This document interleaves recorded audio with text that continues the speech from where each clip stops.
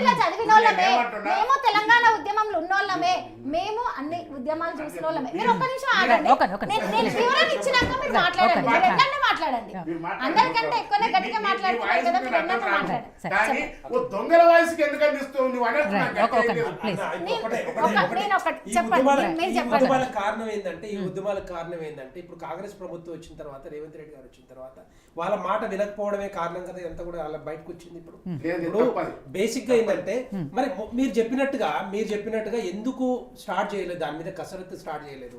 ఆ కసరత్తు స్టార్ట్ చేసి జాబ్ క్యాలెండర్ వస్తుంది అని చెప్తున్నారు.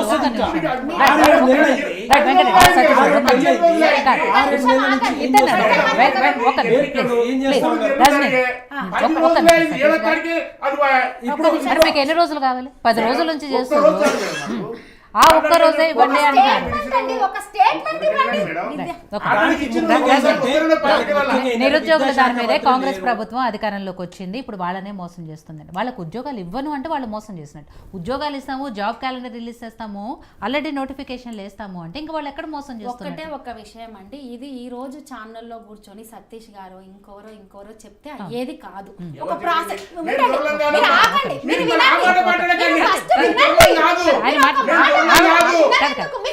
ఆవిడ మొత్తం మాట్లాడిన తర్వాత మీరు ఆన్సర్, ఆవిడ మాట్లాడిన తర్వాత మీరు ఆన్సర్.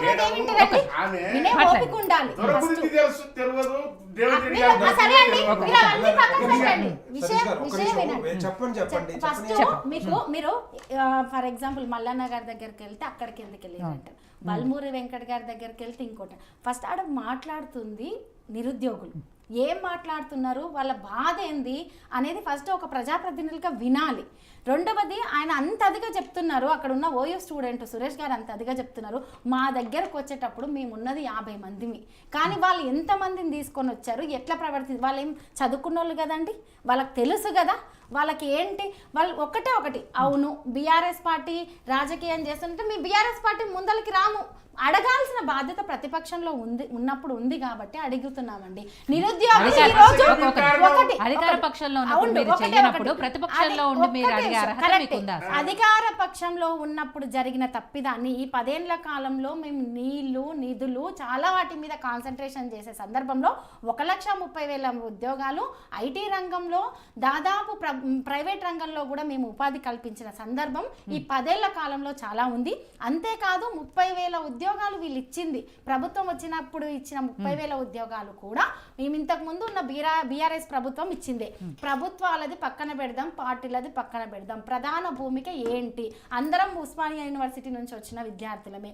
కాబట్టి ఏదేమైనప్పటికీ మేము అక్కడ పార్టీలో ఉన్నా కూడా చివరి క్షణంలో చివరి ఎలక్షన్ ముందల సరే మా పొరపాట్లను మేము సరిదిద్దుకుంటామని చెప్పినప్పటికీ నిరుద్యోగులు అధికారం ఏమి ఇవ్వలేదు కదండి, దాన్ని ఏం నమ్మలేదు. సరే మాకు పనిష్మెంట్ ఇచ్చారనుకోండి, ఏదన్నా అనుకోండి, ఈరోజు మీకు అధికారం ఇచ్చారు, అధికారం ఇవ్వగానే మీ ఫస్ట్ ప్రాధాన్యత ఏముండాలండి, మీరు నిరుద్యోగం గురించి మాట్లాడారు. 1 2 ఆల్రెడీ మీరు చేసిన నోటిఫికేషన్స్ కి మీరు జాబ్ ఇవ్వడం అదొక గొప్ప విషయమా? రెండవది ఇంకొక విషయం, ఫస్ట్ మొత్తం చెప్పనియండి, మీరు ఆగండి అండి, అందరికి సమయం ఇవ్వండి. మీరు మాట్లాడిరు, వీరికి సమయం ఇవ్వండి, మాకు సమయం, అటు స్టూడెంట్స్ కి సమయం ఇవ్వండి. వాళ్ళు ఏమంటున్నారంటే మేము ప్రయత్నాలు చేశాము, అందరినీ కలిసే ప్రయత్నం చేశాము, మాట్లాడాము, మాకు సరైన సమాధానం రాలేదు, ఈ రోజు వరకు ప్రాక్టికల్ గా ఎటువంటిది కనిపించకపోయేసరికి ఓపిక పట్టిన తర్వాతనే రాజకీయాలకు అతీతంగా మేము బయటకు వచ్చామని అంటున్నారు. ఒకవేళ మీరు వాళ్ళని ఎవరో రెచ్చగొట్టారంటే మరి ఇంతకుముందు ఎలక్షన్ ముందర మీరు రెచ్చగొడితే వచ్చారండి వాళ్ళు బయటికి, చెప్పండి. మేము అదే మాట అంటాం, మరి ఒక పార్టీ తరపు నుంచి మీరు రెచ్చగొట్టి ఈరోజు అధికారంలోకి వచ్చామంటారు అని మేము అంటాము. అదంతా కాదు, ఎవరు అధికారంలో ఉన్నారు ఎవరు అధికారంలో లేరు కాదు, ఏం హామీలు ఇచ్చాము, మనం ఏం చేస్తున్నాము, ఎందుకు వాళ్ళు బయటకు వచ్చి ఈ రకంగా వాళ్ళది బాధను వ్యక్తపరుస్తున్నప్పటికీ కూడా ఈ రోజు వరకు ఒక స్టేట్మెంట్ ఇవ్వడం ఎంతసేపు అండి? సీఎం గారు కావచ్చు, లేకుంటే డిప్యూటీ సీఎం గారు కావచ్చు, బల్మూరు వెంకట్ గారిని కలవద్దు అంటారు, మల్లన్నని కలవద్దు అంటారు. మరి ఎమ్మెల్సీ విషయంలో ఓట్లు వేసింది ఎవరండి? ఇంకొకరిని ఎమ్మెల్సీగా విద్యార్థి నాయకుడిగా వచ్చిన వాళ్ళే కదా బల్మూరి వెంకట్ కూడా. మరి వీళ్ళకు ప్రజాప్రతినిధిగా ఉంటారనే కదా ఏదైనా సమస్య వస్తే డైరెక్ట్ రేవంత్ రెడ్డి గారికి కాకుండా వీళ్ళకి చెప్పుకునే ఒక ఛాయిస్ ఉంటదనే కదా వాళ్ళని ఎన్నుకుంది. ఇంకొకటి మీరు రాజకీయాలకు వెళ్తున్నారు, మీరు అదే విద్యార్థులు మాకు రాజకీయాలతోటి సంబంధం లేదు మాకు కావాల్సిన ఇవి అంటున్నప్పుడు మీరు ఎందుకు వాళ్ళని ఇంకా మీరు ధర్నాలు చేస్తారు కాబట్టి మేము ఇయ్యము, మీరు బయటకు వచ్చారు కాబట్టి మేము ఇయ్యం, లేదు బీఆర్ఎస్ పార్టీ వాళ్ళు మాట్లాడుతారు, ఇదా పద్ధతి, ఇదా అండి పరిపాలన చేసే విధానం?